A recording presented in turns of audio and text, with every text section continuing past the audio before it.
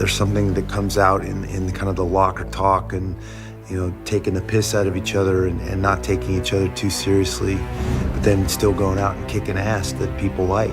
I love doing action movies, and I've learned that what's on paper is a tenth of what you actually get to do. I'm really looking forward to riding the motorcycle and working with Red Bull motocross guys. And there's this really cool stunt where I have to take the bike and go up this ramp and throw the bike and drop my grenades and grab onto a pole, swing in to save Barney's life. We've hired a bunch of the Red Bull motorcycle team guys to jump the bikes. We reached outside of the box to get the best of the best to make the sequences interesting. There's going to be motorcycle work, huge explosions, fight work, gun work. Everything you could think of is going to be covered in this. We have Ronda Rousey in this movie. We have Randy Couture in this movie. We have Victor Ortiz in the movie. These guys are real world champions.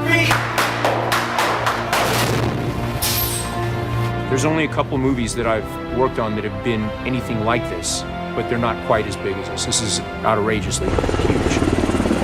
I have seen some of the most incredible stunt helicopter piloting that I've ever seen in my life. We could spend 3 weeks doing something that's on screen for 30 seconds. But it's shot with a lot of different angles and different takes, and allows the editor to increase the pace of the sequence and make it more exciting for the audience. We've got stunt guys standing on top of a train, moving at full speed, being shot down by machine gun fire.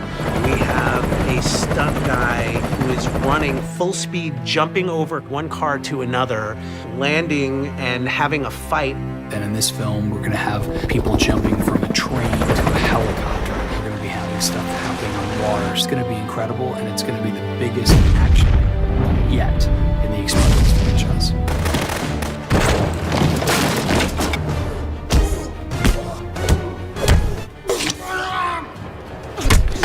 You finished yet? There are two extremes with Jason Statham's driving skills. I did a picture with Jason where he actually did his own driving stunts. And when I asked the stunt coordinator, how's he doing? They basically said to me, if Jason hadn't chosen to be an actor, he would be a great stunt driver. He was that good. He used to drive a truck, and we had a truck following us, and we basically have to shoot at this vehicle, and it rolls to a stop, and he has to stop the car, and we pull out our guns. Well, we did a run through, and his brakes did not work.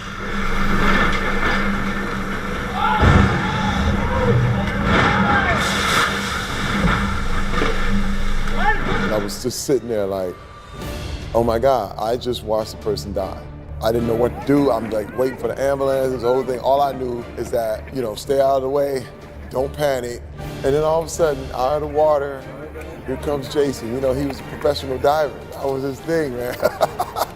If it would have been me, I don't know, it would have ended that well. I was getting my hair done. I was filming. The real deal, and this is what really makes Jason incredible, is that he went, changed his clothes, hopped right back in the truck.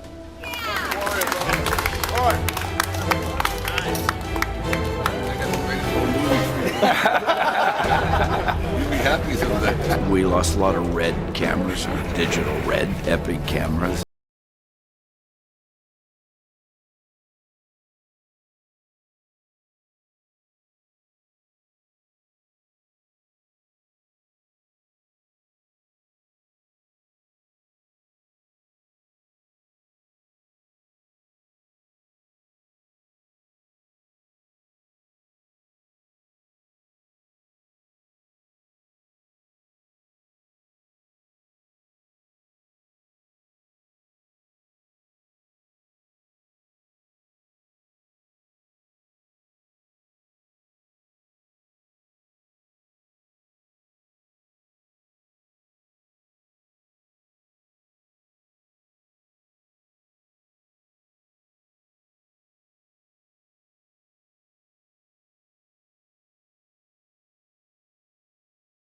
I got great professionals. It's easy to work in here, but this is becoming an unbelievable center to make movies. So this place is an old metal factory. 40,000 people used to work here. I think that finding a location like this in America would be virtually impossible. You might find portions of it here and there, but like Bulgaria, it's a whole different lifestyle, and the scale of this and the construction of this, which was during the Cold War era, it just lends itself to a gloomy, foreboding, massive scale that we rarely see in the United States ever. What we found here was a playground for the war that surrounds the block for the final battle sequence. So what we're shooting here is geographical placing. As we have the Expendables sweep through here, we set up this area, we see the block in the distance, so then when we come back out here for the tank battles and the motorbike battles and the army battles, the audience is aware of where they are in the scheme of things. So when we cross-cut from Jason in the rooftop fighting, back out to... He talks almost as much as my character. Almost. He's getting there. Okay, recasting Galgo.